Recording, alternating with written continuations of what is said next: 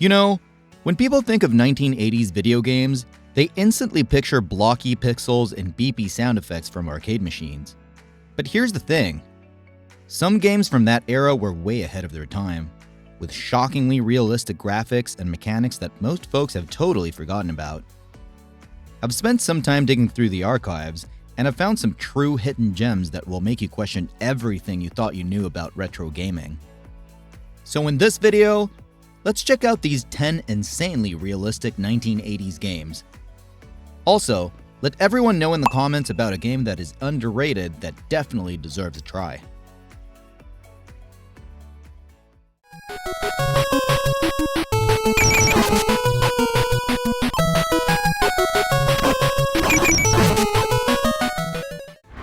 Little Samson.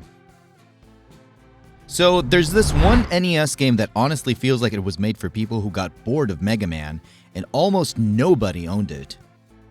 Little Samson lets you swap between 4 totally different characters on the fly: a regular hero, a dragon, a big stone golem, and this tiny mouse that sneaks into small gaps. Each one jumps differently, takes damage differently, and forces you to think, okay, who's actually the right pick for this section?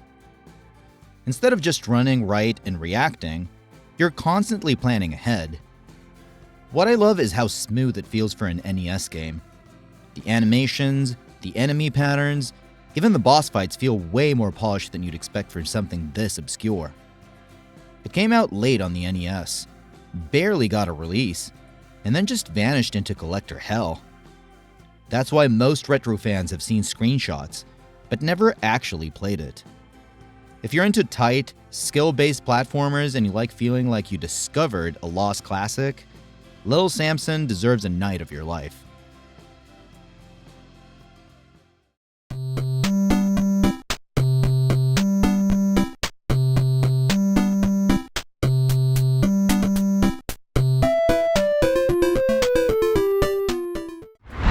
Monster Party. Let me be honest. Monster Party feels like the weird fever dream you rented once as a kid and then spent years wondering if you imagined it. On the surface, it looks like a typical late 80s side-scrolling action game. Boy with a bat, enemies, bosses, done. But once you start playing, it turns into this surreal mashup of horror movie parodies, gross-out enemy designs, and genuinely unsettling vibes. The realism here isn't about graphics. It's about how raw and physical everything feels. Your bat has weight. Smacking enemies has this chunky, satisfying feedback that makes every hit feel earned. Then there's the transformation mechanic, where you turn into a winged monster and suddenly the whole power dynamic flips. It's clunky in spots, but in a way that makes it feel like a real, scrappy horror B-movie in game form. Most people skipped it because it looked too strange, too low profile.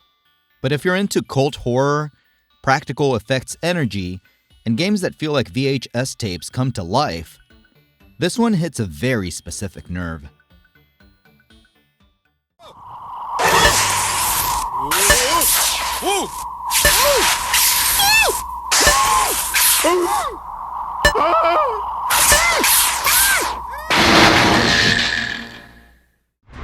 Dragon's Lair. Now, Dragon's Lair is the game you probably saw in documentaries or old arcade photos, but almost nobody actually played it properly back then. It was basically a playable cartoon in 1983, and that was mind-blowing. Instead of chunky sprites, you've got full Don Bluth animation on Laserdisc, with every move feeling like you're inside an animated movie. The realism is in the motion and expressiveness, not realistic physics. Gameplay-wise, it's essentially a series of quick-time events long before that term existed. You time directional inputs or sword swings to survive each scene. That sounds simple, but the timing windows were brutal, and the game was expensive per play, so people often walked away frustrated. Underneath that, though, is a fascinating experiment in cinematic interactivity. It's underrated today in the sense that people love to meme on it as barely a game, But if you're into the history of immersive visuals, it's a must experience. It captures that early 80s optimism where arcades felt like they were trying to leap straight into the future.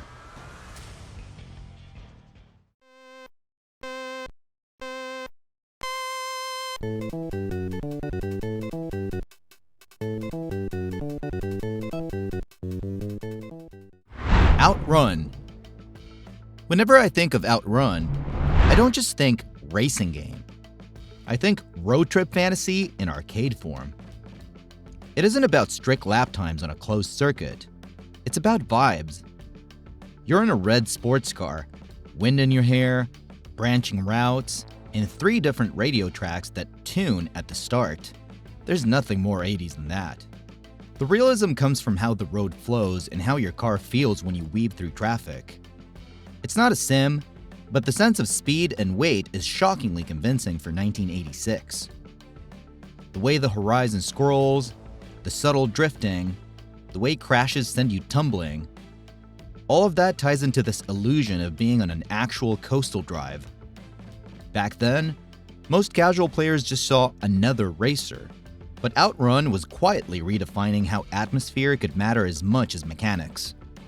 If you love arcade cabinets, 80s synth-infused aesthetic, and games that let you feel like the main character in a music video, this is the one that still feels weirdly modern to play.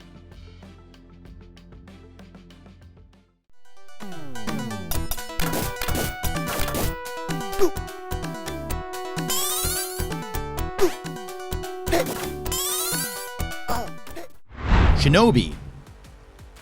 Shinobi, for me, is what happens when an 80s ninja movie and a precise action game collide.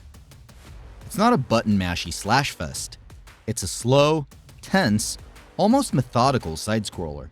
You're stepping through levels that feel a little like dioramas of criminal hideouts, construction sites, and secret bases, picking off enemies with shurikens and close-range attacks. The realism here lives in the intentional pacing. You can't just rush.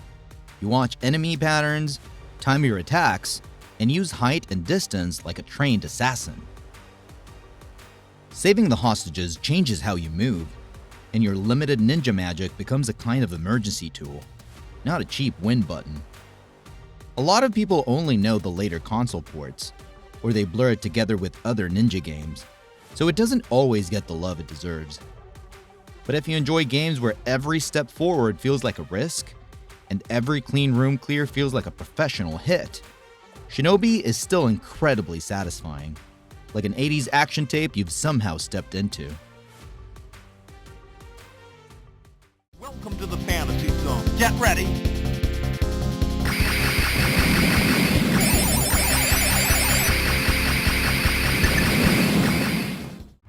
Space Harrier.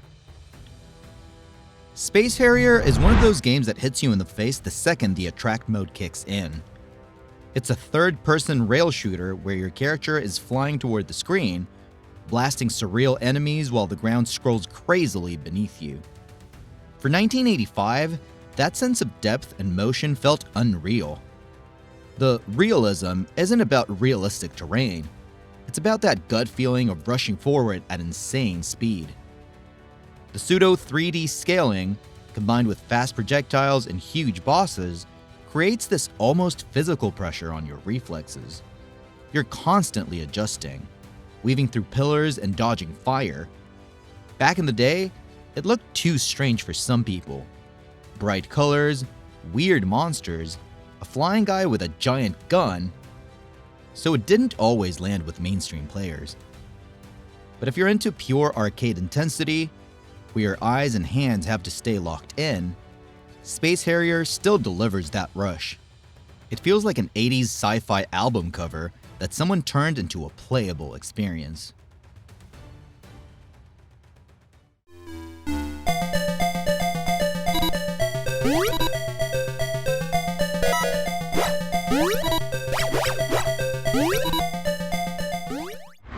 Wonder Boy.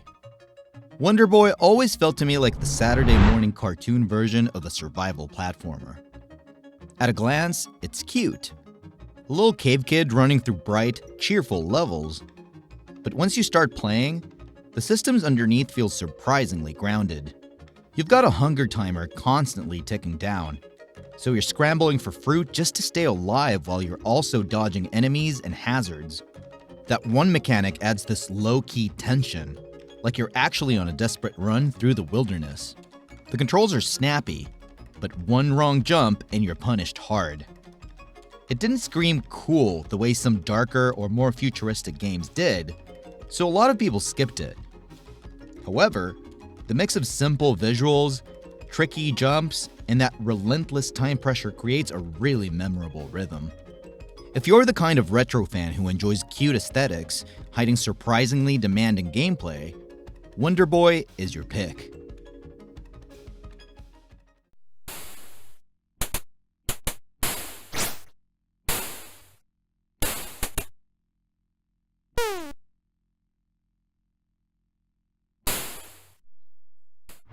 Sid Meier's Pirates. Pirates is the game that made me realize how realistic a bunch of simple systems can feel when they all collide. You're not just a pirate. You're a captain living an entire life in the Caribbean sandbox. You manage crew morale, track your ship's condition, navigate changing political alliances, and engage in ship-to-ship battles and duels. The visuals are basic by modern standards, but the way those systems interact creates this illusion of a living world. Your choices about which nation you side with, which ports you raid, or which treasures you chase all change your story. Back in the day, it was probably too complex for some casual players, and it didn't have the flashy arcade appeal, so it stayed more of a PC niche hit. But if you love emergent storytelling, Pirates still feels ahead of its time.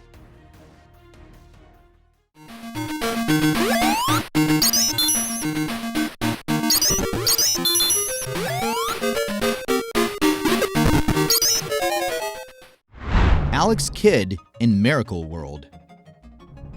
Alex Kidd in Miracle World always hits me as Sega's ambitious attempt to create a mascot platformer with actual personality and a bit of grounded challenge. On the surface, it's bright, bouncy, and kid-friendly, but underneath, you get some surprisingly unforgiving level design.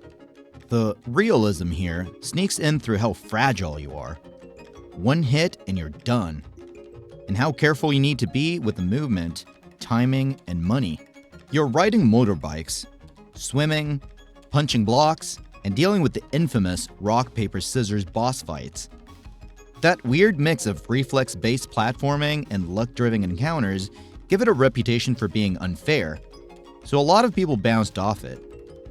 But for players who stuck with it, there's a certain grounded tension in every stage, like you're constantly one mistake away from losing everything.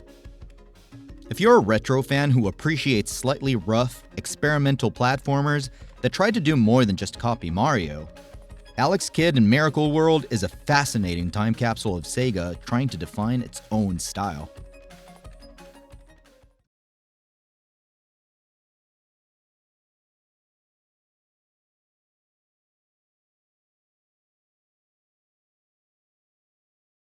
Ultima V. Ultima V is where role-playing in games started to feel uncomfortably real in the best way. Instead of a simple good versus evil story, you're dropped into a world where the supposed virtues of the land have been twisted into a kind of authoritarian rule. That alone makes the narrative feel emotionally heavier than most 80s fantasy games. But then gameplay backs it up. NPCs follow daily schedules, day and night actually matter, and your actions have long-term consequences.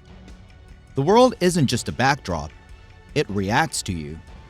That kind of systemic world building made it intimidating and a bit niche.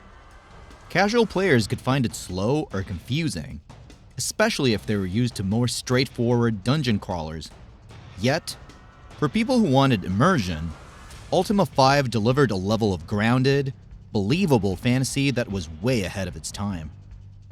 If you love retro RPGs that respect your intelligence and let you get lost in a morally messy world, this is one that shows just how ambitious the 1980s could be. So yeah, That was our little trip through some ultra-realistic 80s gems that most people never even got to touch. These games may look old on the surface, but once you play them, you feel just how far ahead of their time they really were. If this video helped you discover even one new retro favorite, let me know in the comments. Don't forget to like and subscribe, and as always, thanks for watching.